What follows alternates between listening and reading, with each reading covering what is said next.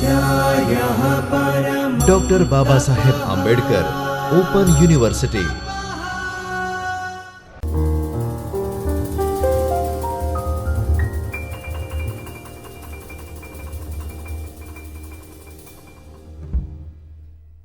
નમસ્કાર વિદ્યાર્થીઓ, doctor Baba Saheb Ambedkar open યુનિવર્સિટીના ચૈતન્ય સ્ટુડિયોથી હું Divya Darji, assistant professor, department of library and information science તરફથી આ સર્વ વિદ્યાર્થીઓનું હાર્દિક સ્વાગત કરું છું. વિદ્યાર્થી મિત્રો, આપણો જે કોર્સ છે MLIS master of library and information science, તેના વિડીયો લેક્ચર સિરીઝમાં આપણે હર વખતે એક નવા ટૉપિક અને એક નવા જે આપણો એકમ હોય છે, જે આપણા SLMના યુનિટ્સ છે, તે પ્રમાણે આપણે જુદા જુદા વિષયો, જુદા જુદા એકમો પર આપણે વિડીયો લેક્ચર્સ લેતા હોઈએ છીએ. તો આજનો જે વિડીયો લેક્ચર છે તે આપણો જે પેપર નંબર છે ML2 102, તેમાં આજે આપણે જે એકમ ભણવા જઈ રહ્યા છીએ તે એકમ છે એકમ નંબર 4. જે એકમ નંબર 4 છે તે નિર્દેશીકરણની પદ્ધતિઓ અને નિર્દેશીકરણની કાર્ય પદ્ધતિઓ બંને વિશે આપણને માહિતી આપશે. આ પહેલાં આપણે જે લેક્ચર ભણ્યા હતા એમાં આપણે જે નિર્દેશીકરણની ભાષાઓ, નિર્દેશીકરણની પ્રક્રિયાઓ કેવી હતી તેના વિશે વાત કરી હતી. ત્યારબાદ ફરી આપણે બીજો યુનિટ જોયો હતો. તે યુનિટની અંદર આપણે જે વર્ગીકરણ પદ્ધતિઓ હતી કે જેનાથી સરળતાથી આપણને આપણું જે ડોક્યુમેન્ટ્સ હોય તે પરત આપણને જ્યારે જરૂર પડે ત્યારે મળી જાય, એ પ્રમાણેની જે વર્ગીકરણ સિસ્ટમ, જે ક્લાસિફિકેશન પદ્ધતિઓ હતી તેના વિશે જાણી. મેજરલી ક્લાસિફિકેશન પદ્ધતિઓમાં આપણે સૌથી વધારે DDC અને UDC વિશે માહિતી મેળવી. આજે જે આપણે યુનિટ ભણવા જઈ રહ્યા છીએ તે છે યુનિટ નંબર 4, જેનું નામ છે નિર્દેશીકરણની પદ્ધતિઓ અને કાર્ય પદ્ધતિઓ, નિર્દેશીકરણની સિસ્ટમ્સ એન્ડ ટેકનિક્સ, કે કેવી પ્રમાણે એની પદ્ધતિ હોય છે, તે કેવી રીતે કાર્ય કરે છે વગેરે વિશે. આજે આપણો પૂરો SLM છે તેનું નામ જ છે માહિતી પુનઃપ્રાપ્તિ, કે જે માહિતી જે છે તેને આપણે પુનઃપ્રાપ્ત કેવી રીતે કરી શકીએ છીએ. માહિતીનો ભંડોળ હોય, પણ માહિતીને જ્યારે આપણે પાછી રિટ્રાઈવ કરીએ, માહિતી આપણને ફરીથી જરૂરમાં લેવી હોય તો કયા પ્રમાણે આપણે કઈ પ્રકારે લઈ શકીએ છીએ તેના વિશે વાત કરી છે. તો આજનો જે આપણો ટૉપિક છે તેના સંદર્ભે આજે તમે જે ભણવા જવાના છો તેના વિશે માહિતી મેળવી. તો સૌપ્રથમ આપણે જેવી રીતે હર લેક્ચરમાં આપણે સર્વપ્રથમ જોતા આવીએ છીએ રૂપરેખા, કે આજે આપણું જે લેક્ચર છે તેમાં આપણે કેટલું કન્ટેન્ટ્સ કવર કરીશું. તો સૌપ્રથમ આપણે જોઈશું ઉદ્દેશ્યો, કે આ જે એકમ છે તેના ઉદ્દેશ્યો શું છે.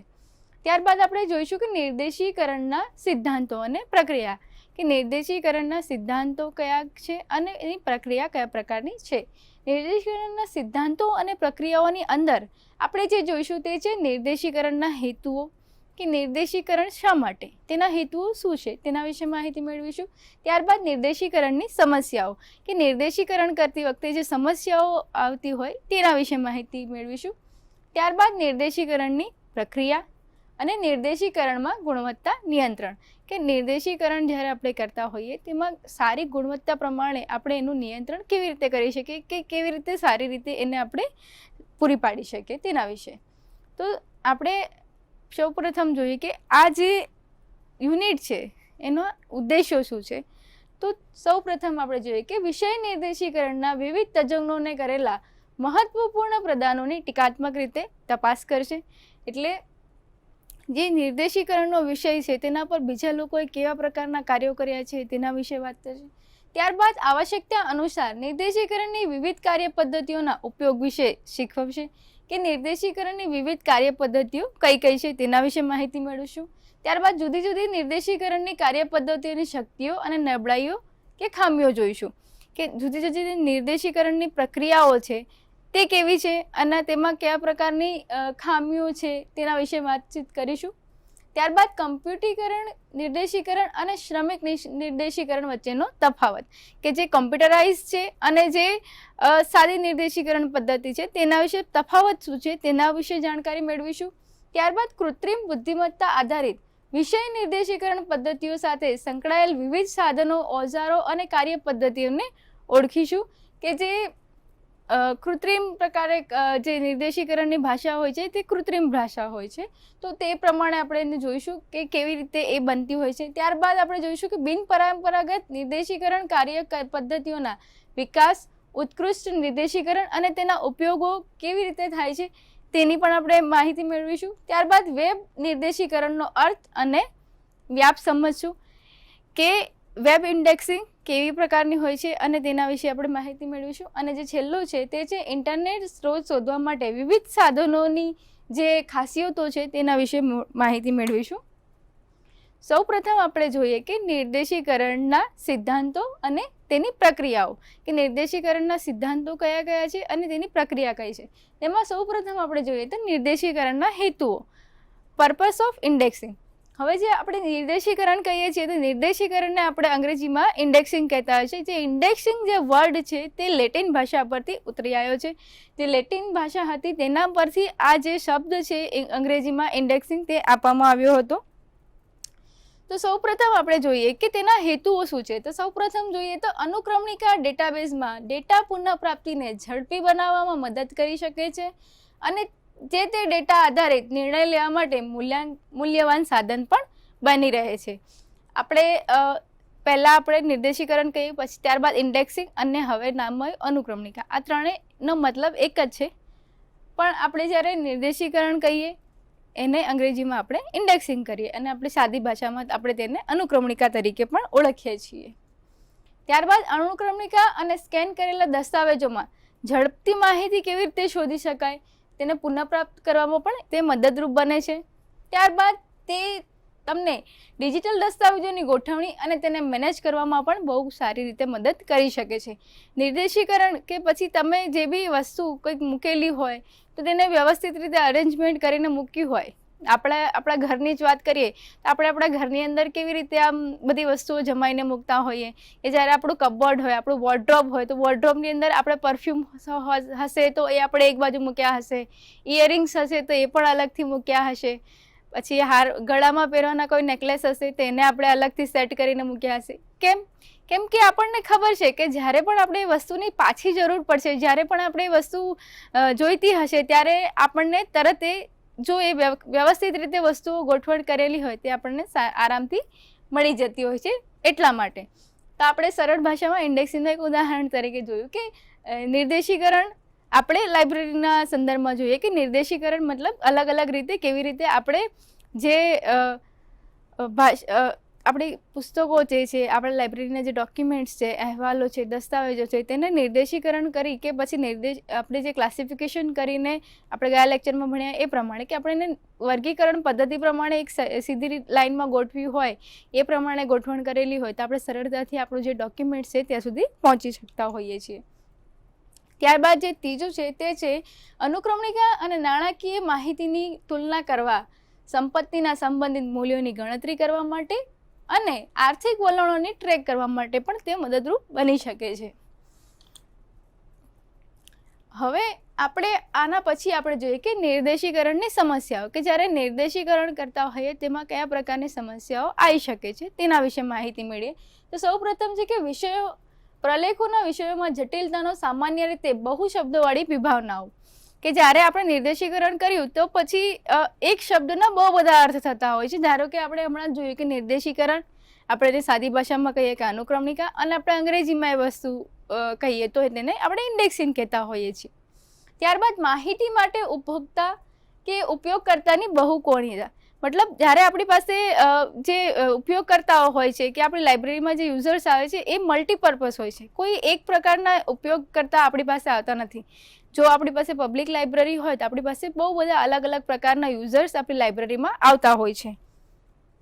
ત્યારબાદ આપણે જોઈએ કે કેટલાક સમાનાર્થીઓમાંથી પદોની પસંદગી કરવી, કે બહુ બધા શબ્દો હોય છે પણ કોઈ એક શબ્દ જે પર્ટિક્યુલર આપણા વિષયને સૂટ થાય એ વસ્તુ આપણે કેવી રીતે મૂકીએ.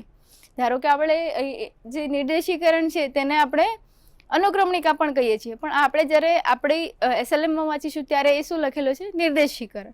તો આ જ વસ્તુ છે કે કેટલાક સમાનાર્થીઓમાંથી પદોની પસંદગી કરવી, કે કયો પદ ક્યાં વ્યવસ્થિત રીતે સૂટ થાય છે, કે કેવી રીતે વ્યવસ્થિત રીતે તેને વાંચી શકાય છે તે પ્રમાણે તેને મૂકવું.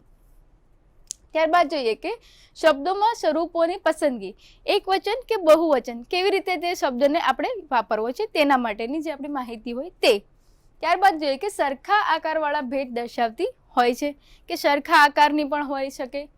પદ સંબંધો ઓળખવા કે પછી વાક્ય રચના કે પછી અર્થબોધ રૂપ પણ એક સમસ્યા બની રહે છે. ત્યારબાદ નિર્દેશીકરણની ગહનતા, સંપૂર્ણતા, આ જેટલા પણ આપણે જોઈએ છીએ એ શું છે કે નિર્દેશીકરણમાં જે આવતી સમસ્યાઓ છે તેના વિશે વાત છે. તો પછી એની આગળ આપણે જોઈએ તો વિભાવનાની રજૂઆત માટે સામાન્ય અને ચોકસાઈની કક્ષાએ કે ચોકસાઈ છે કે નથી તેની પણ દેખરેખ રાખવી જરૂરી છે. ત્યારબાદ નિર્દેશીકરણ કરવામાં આવે એ માત્ર પ્રલેખોના આવશ્યક વિષય વસ્તુના આધારિત નહીં, પણ જે ઉપભોક્તાઓ છે તેના પ્રલેખોને ઉપયોગી નીવડી શકે તે પ્રમાણે એને કરવી જોઈએ. જે નિર્દેશીકરણ જે આપણે કર્યું હોય તો પણ એ રીતે કરી શકાય કે જે રીતે જે ઉપયોગ કરતા કે જે પછી વાંચન કરતા હોય તેને એ વસ્તુ ઉપયોગમાં સરળતાથી મળી શકે. ત્યારબાદ ઉપયોગમાં લેવાયેલી શબ્દાવલી અને વાક્ય રચના અને જટિલ વિષયો પ્રતિનિધિત્વ કરતા અન્ય જરૂરી નિયમો, કે જ્યારે પણ નિર્દેશીકરણની પ્રક્રિયા, જ્યારે કોઈ ઓથર બુક લખતા હોય, આપણે એક્ઝામ્પલ જોઈએ તો કોઈ ઓથર છે જેને બુક લખી છે તો એમાં ઇન્ડેક્સિંગ એ પ્રમાણે આપશે કે જે વાંચન કરનારા છે, જે પુસ્તકને ખરીદનારાઓ છે તે લોકોને સરળતાથી જે પણ વસ્તુ કે જે પણ માહિતી એમને જોઈએ તે સરળતાથી તે પેજ પર જઈને એ માહિતી આરામથી શોધી શકે. ત્યારબાદ આપણે જોઈએ કે નિર્દેશીકરણની પ્રક્રિયા, ઇન્ડેક્સિંગ પ્રોસેસ.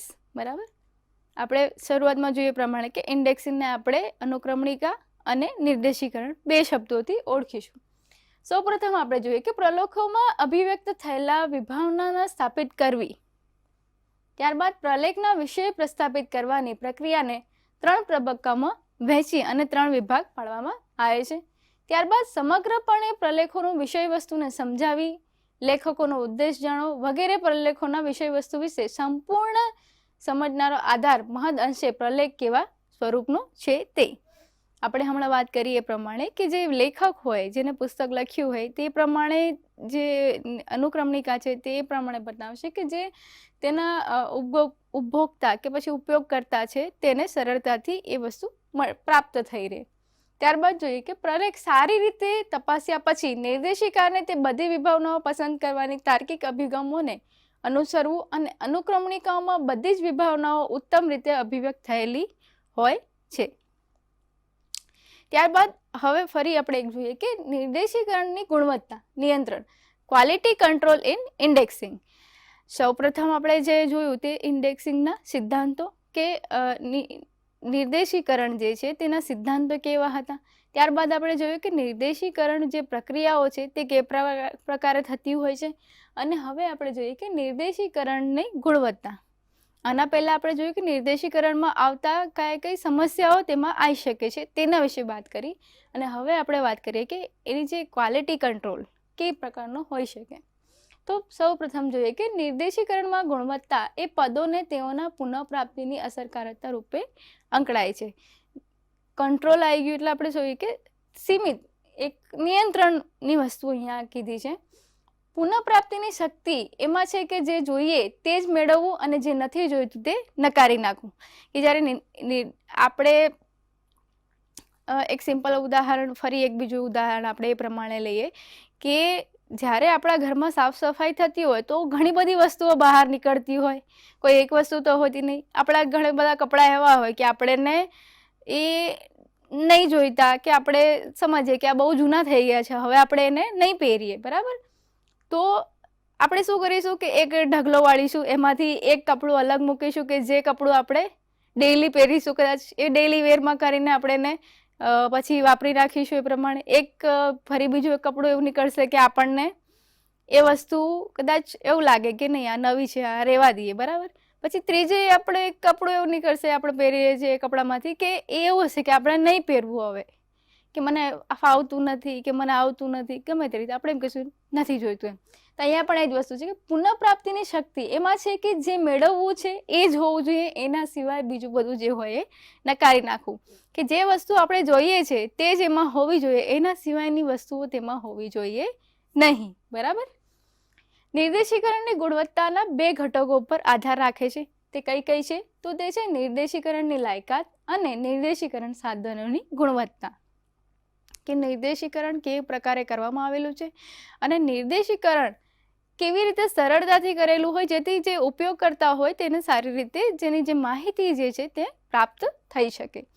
વિદ્યાર્થી મિત્રો, આજનો જે આપણો લેક્ચર હતો તેમાં જે આપણો એકમ નંબર 4 છે તેનો જે પાર્ટ 1 હતો આજે, અને આ પાર્ટ 1ની અંદર આજે આપણે જે નિર્દેશીકરણ શું છે, નિર્દેશીકરણ વાક્યની રચના અને ત્યારબાદ નિર્દેશીકરણ વિશેની માહિતી આપણે મેળવી.